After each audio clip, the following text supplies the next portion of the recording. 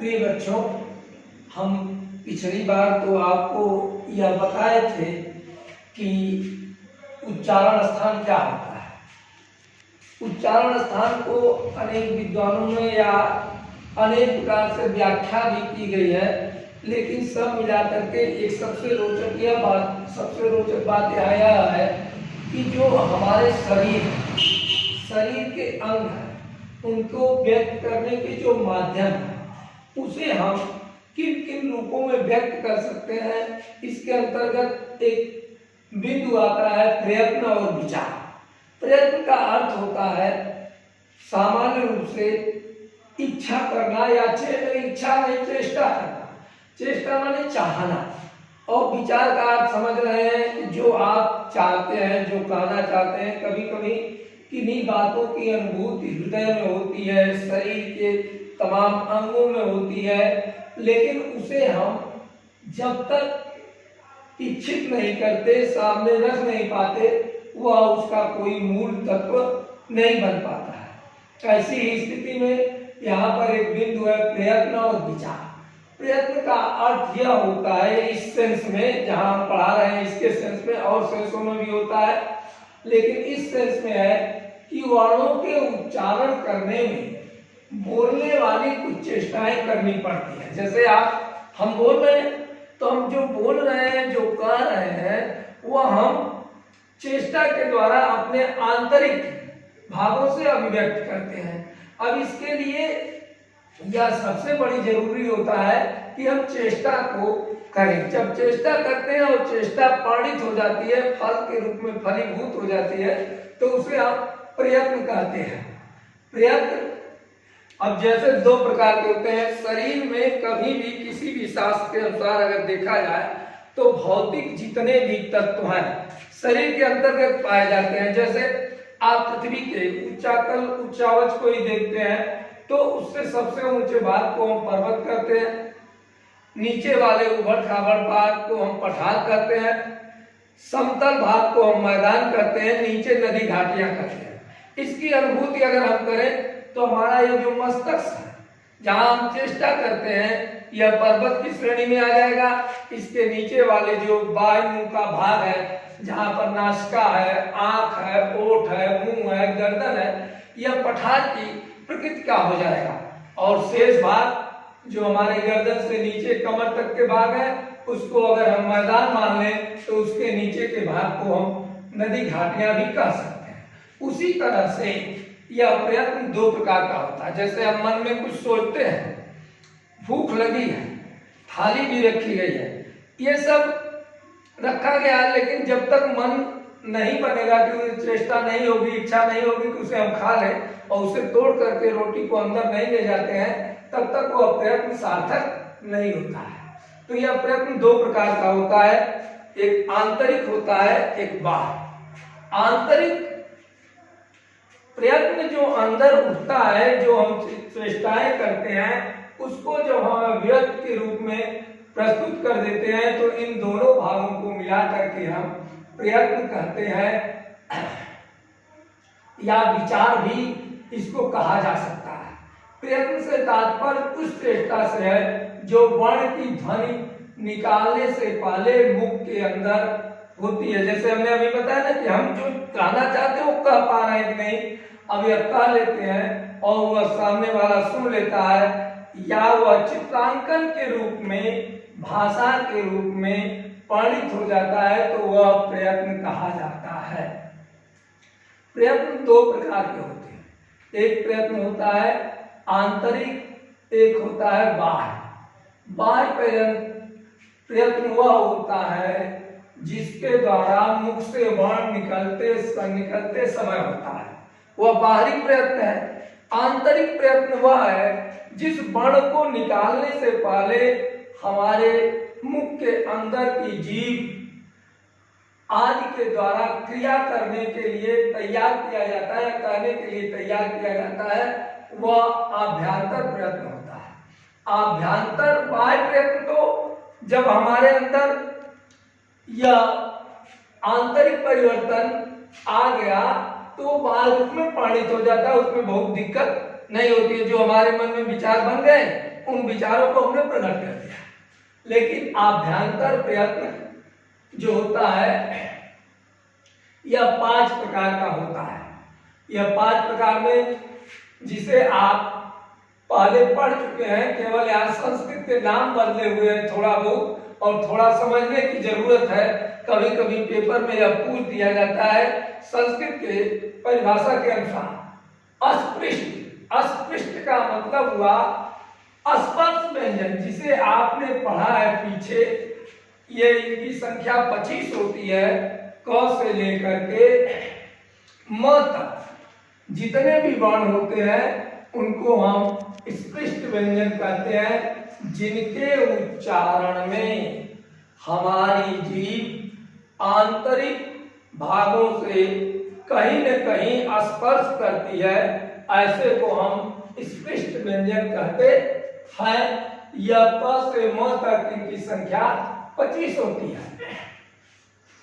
इसके अलावा ईसद स्पृष्ट जो हमने नीचे यह तालिका में आपको दिया हुआ है, इसको ईसद स्पृष्ट को आप अपने मन में एक और परिभाषा या एक और शब्द रख सकते हैं, अंतस्थ व्यंजन।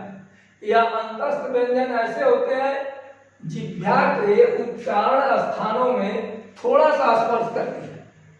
जो स्पृष्ट है इसमें जिह्वा पूरी तरह से स्पर्श करती है। इनको उच्चारण करने में आप देख डालेंगे, जैसे ट, ठ या च, छ, क, ख, ग पूरी तरह से स्पर्श कर रही है। लेकिन अब ईसद स्पृष्ट जो है इसको उच्चारण करने में यह वर्ण है य, र, ल, व, यहाँ पर भी लिखे गए हैं य, र, ल, व, इनको स्पर्श करने में जिह्वा थोड़ा कम स्पर्श करती है। या इस प्रकार से हम कह सकते हैं यह अल्प जिह्वा के द्वारा स्पर्श किए गए वर्ण है। य, र, ल, व इन्हें अंतस्थ व्यंजन ही कहते हैं हिंदी में, लेकिन इसको संस्कृत के ही भाषा में ईसद स्पृष्ट कहते हैं। यह 4 प्रकार के होते हैं। अब इनकी संख्या आपको 25 हो गई, ये 4 प्रकार के हो गए। अब के बाद ईसद व्यंजन। ईसद विवृत वो कहलाते हैं जिसके उच्चारण करने में जिह्वा को बहुत थोड़े अल्प समय के लिए उठाया जाए पूरी तरह से। जैसे ट और ट के बजाय आप देखिए स, श, ट, ह, इनमें जिह्वा पूरी तरह से नहीं उठ रहे हैं, हल्का सा थोड़ा सा कह लीजिए हलचल हो रही है, तो ईसद विवृत व्यंजन कहलाते हैं। इनकी भी संख्या होती है 4। अब इसके बाद ये व्यंजन के भाग। व्यंजन में 3 हो गए। आभ्यंतर प्रयत्न में यह ध्यान देना कि व्यंजन को यहाँ 3 भागों में बांट दिया गया, स्पृष्ट व्यंजन, ईसद व्यंजन और ईसद विवृत। इसमें वही हो गया जिसको अपनी भाषा में आप स्पर्श व्यंजन कहते हैं, और इसको कहते हैं अंतस्थ व्यंजन, और इसको कहते हैं ऊष्म व्यंजन। अब यहाँ विपरीत में देख रहे होंगे स्वर सारे लिखे गए हैं, अ, ए, ई, ओ, उ, ए, री, औ, ली।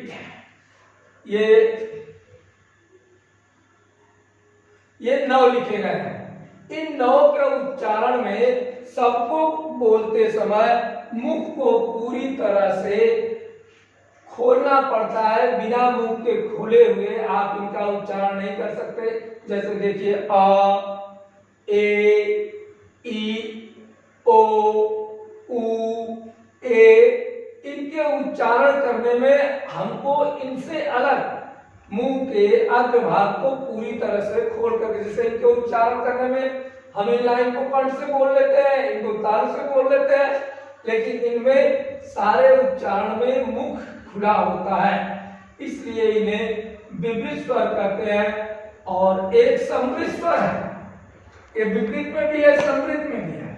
समृद्ध का होता है कि जब वायु मार्ग अर्थात नाक बंद रहे, नाक न भी हम नाक से सांस न लें तो भी उच्चारण कर ले, ऐसे को हम कहते हैं समृद्ध। इसके अंतर्गत केवल एक ही स्वर आता है, इसमें भी है, इसमें भी है। कभी कभी पूछ दिया जाता है कि सम्मिलित स्वर का उदाहरण बताओ, तो इसे हमें बताना चाहिए कि जब वाय का मार्ग बंद रहे, एक केवल एक ही शब्द एक ही वर्ण होता है, इसे कहते हैं आ।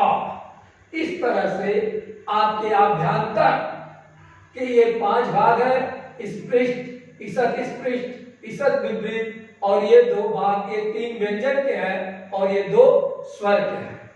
इसके 2 भाग हो गए, एक बाह्य पर्यंतर, तो बाह्य के अंतर्गत जो कुछ हम बोल दिए, मुख के अंदर जो चेष्टा आई उसको हमने व्यक्त कर दिया, वो सारे आते हैं, ये बाह्य के अंतर्गत आते हैं। लेकिन उच्चारण से पहले जो स्पर्श की विधि होती है उनके अंतर्गत ये 5 होते हैं।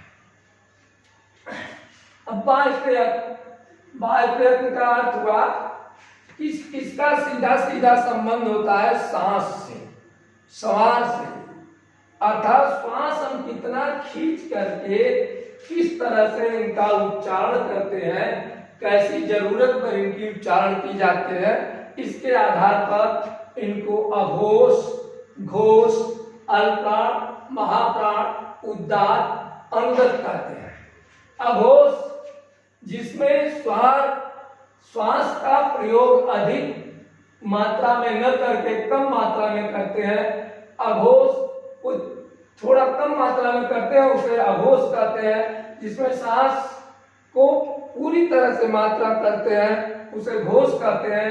अल्प्राण जिसमें आंतरिक भागों से न करके बाह्य प्रयत्नों के द्वारा इसे बोल दिया जाता है, अल्प्राण कहते हैं। और जिसे आंतरिक प्रयास करके बोला जाता है, सांस को पूरी तरह से खींच करके उसे महाप्राण कहते हैं। उद्गार और अनुगत भी इसी के अंतर्गत आते हैं।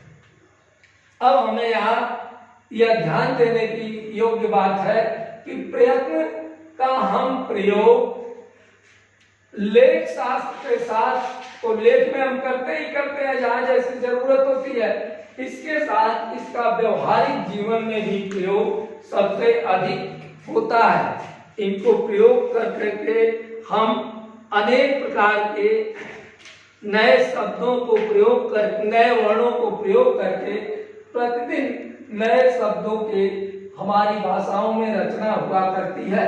इस रचना के आधार पर हम इन्हें 2 भागों में बांट दिया, एक आभ्यंतर, एक बाह्य।